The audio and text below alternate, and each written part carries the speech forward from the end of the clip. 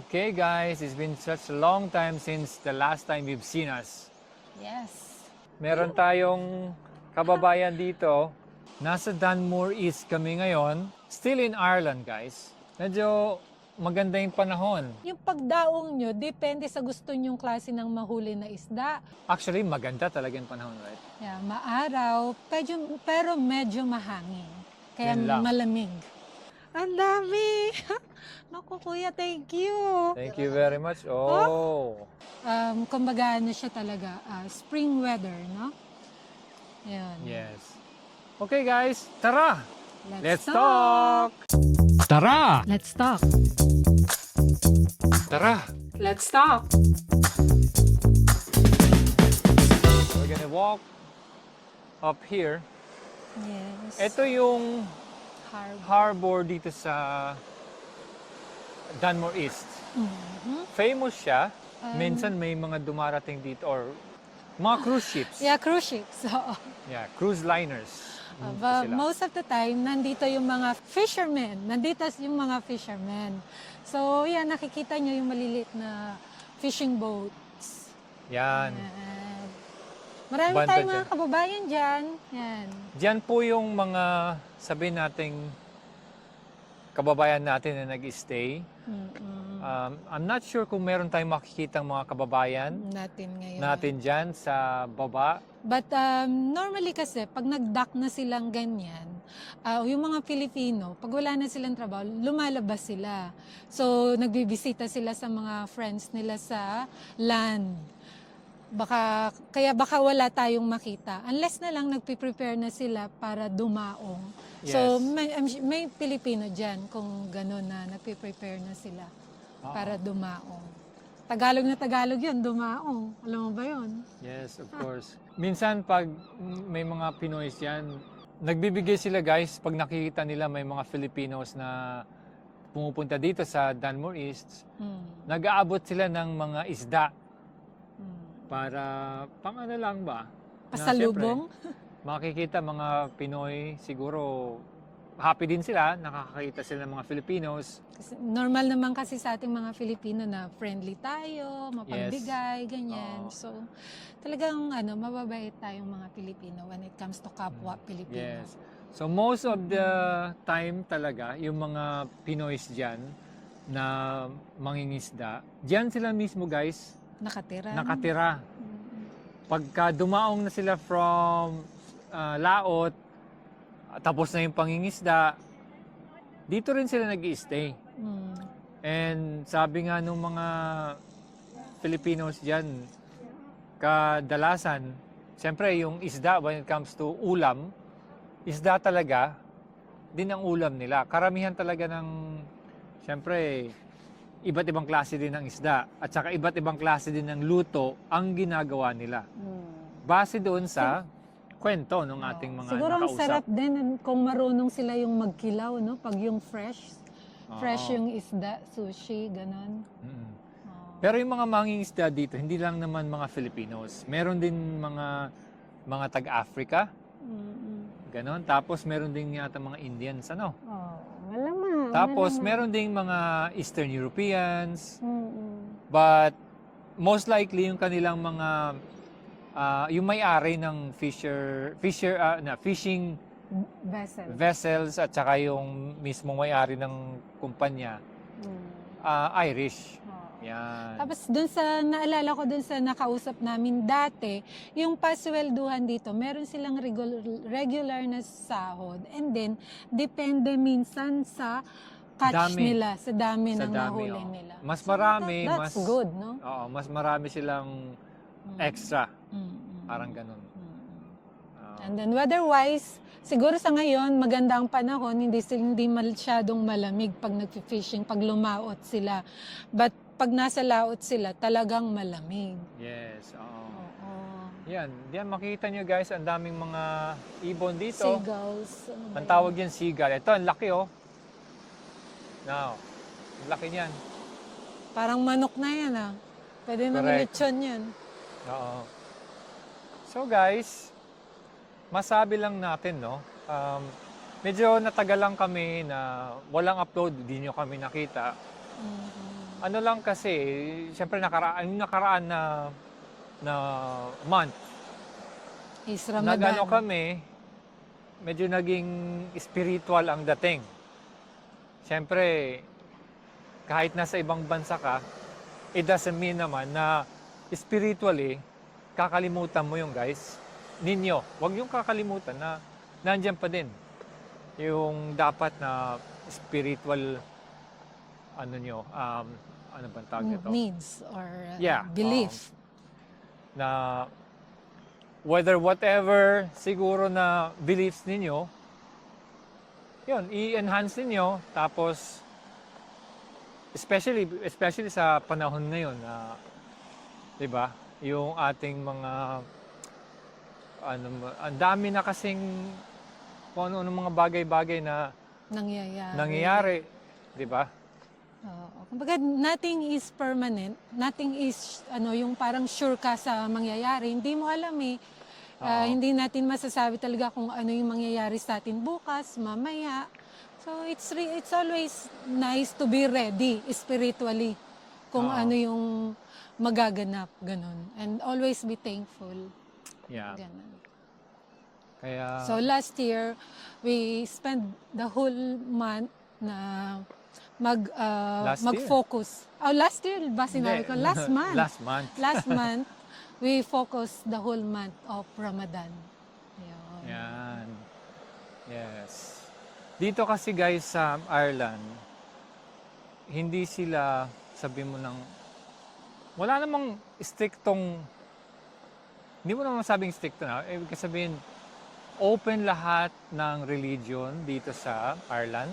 Hindi lang religion, kahit yung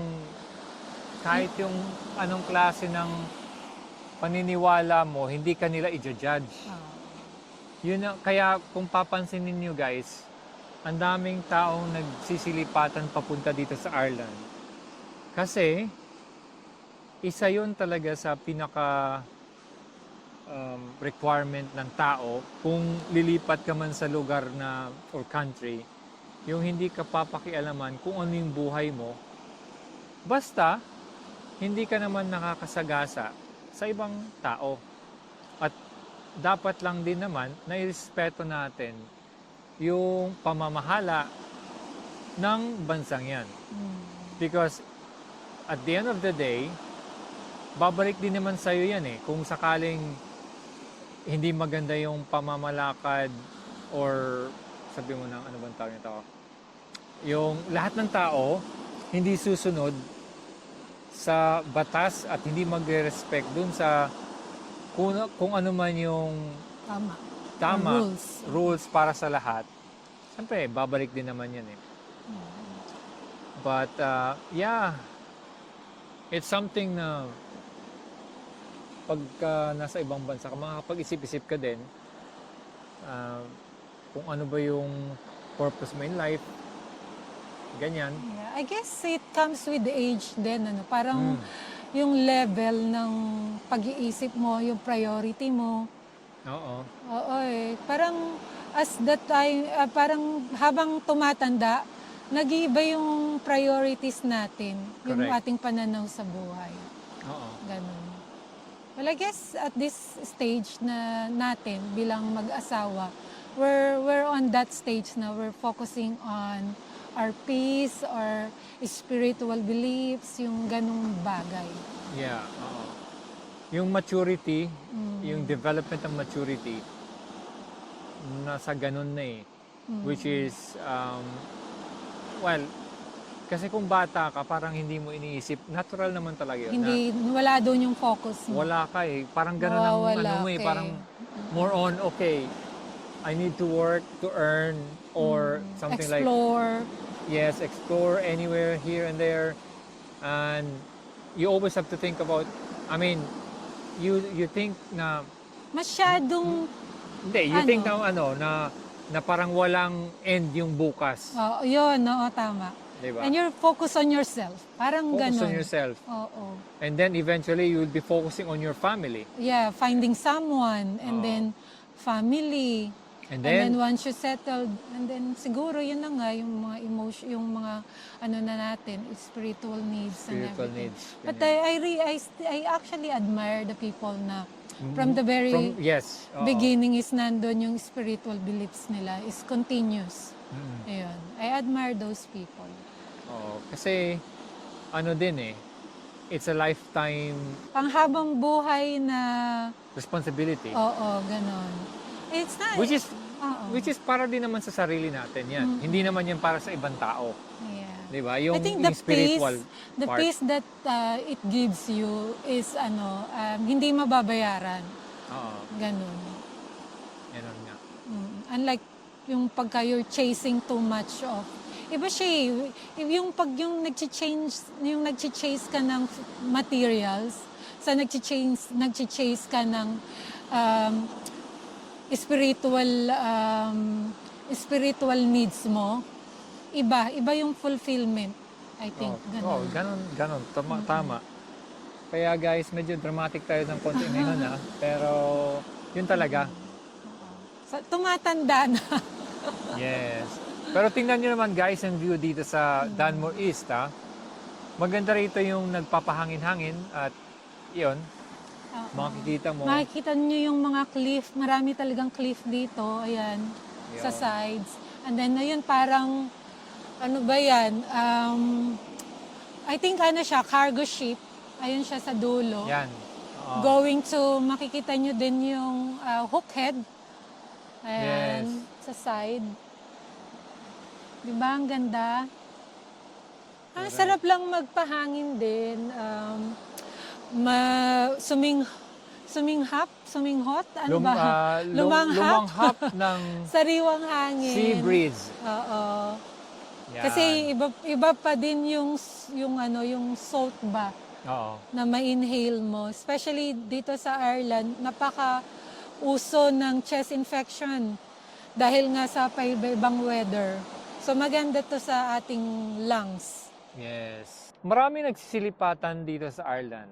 At the moment, very open sila. So, sa mga interesadong pumunta, ang masasabi ko lang is, habang hindi pa ganun kahigpit, siguro magpursige na sila. Kasi, let's not wait na maging mahigpit like America.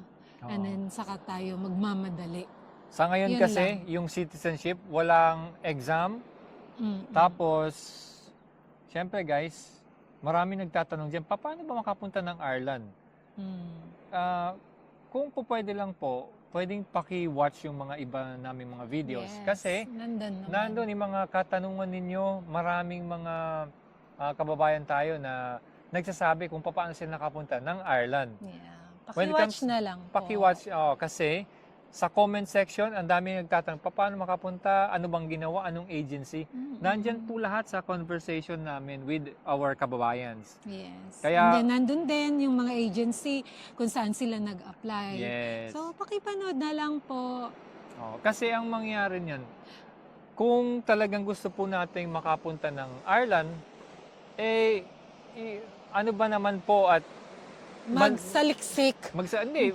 panoorin yung video Panoorin yung video. And para then, malaman kung ano talaga yung Oo. ginawa. Oo, Kasi kung tama lahat yun. na lang po Doon mo lang din makikita yung interest ng tao. correct. Kung talagang gustong pumunta or nagtatanong lang, Oo. ganun. Kasi kung may interest po tayo, talagang manonood tayo ng mga video at alamin natin. Yes, lahat ng mga nakapunta ng Ireland, yung mga nakapanood ng videos namin, halos lahat ng mga yun, pinanood lang talaga nila ang videos. Dito na nagsabi sa amin, ay napanood namin ang videos ninyo. Hindi sila nagtanong sa comment section. Oo. So, doon mo makikita yung mga taong successful, Interested successful. Kasi merong mga manonood na tayo talagang, na parang hindi naman nanood. hindi Nagtanong naman lang. parang gusto ng shortcut. Oo, Sa wala pong buhay, shortcut. Sa buhay, hindi kasi lahat shortcut. Mm-mm. Kailangan mo ring, alamin Mag-effort ko nga ng to. konti. Yes, Oo. oo. And please, comment po kung saan kayo ngayon, saan kayo nanonood, para malaman namin kung saan nakakarating ang aming video. Correct, oo. Yun. Para lang naman at least, sa ating algorithm, di ba? Yes. Now, maraming mga pasyalan dito sa Ireland. When it comes to nature, marami tayong makikita dito sa Ireland. Hindi ka magsasawa in the sense na pag into nature ka. Ganon. Kasi marami tayong mga kababayan dyan na nagne-nature trip talaga eh. Yung mga We have our bagong we have our kababayan. YouTube channel, our lifestyle and everything. Marami kaming mga lugar na napuntahan doon na pwede niyong bisitahin din. Yes. Oo. And then we're hoping na this year, maganda ang panahon and we can explore again. Yes, oo. Tapos, Tama yun. Yan. Now guys, tingnan natin kung later on meron tayong makita mga Pinoys yan. yeah, sa- we'll walk ano sa yan. other side Oo. siguro. Sa ngayon, thank you very much for watching and good to be back guys. Yes. Okay? Don't forget to like and subscribe. Hanggang sa muli. Bye! Tara, let's Let's talk. talk! Luckily, may Pilipino dito. Nakausap namin ng kaunti. Tagal na rin siya rito nag-work. Nasa 8 years na. Oh my Tignan mo guys, gosh! oh. Meron tayong kababayan dito na meet. At yan, may offer siya sa atin. Ayan. Oh my Tignan mo. God! Ang dami! Naku kuya, thank you! Thank you very much. Oh.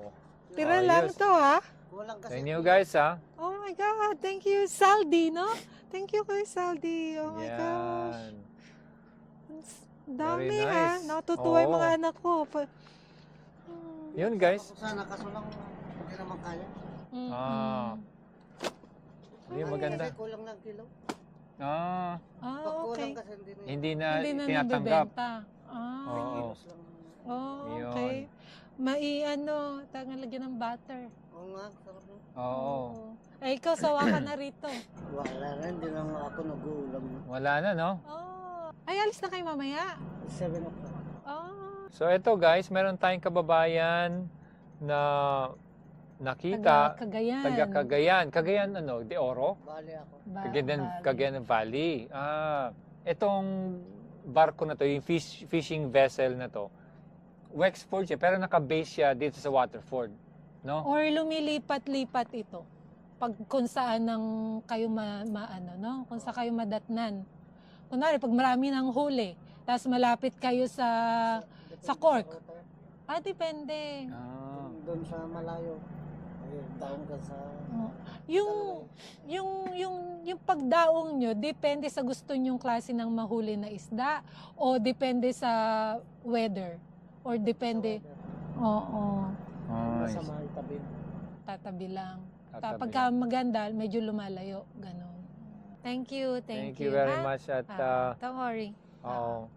Yan guys, kababayan natin, fisherman dito sa Waterford at binigyan tayo ng present. Kumbaga, yung shrimp na yan. Yeah. Thank you. Maraming salamat. Tara! Let's talk. Tara! Let's talk.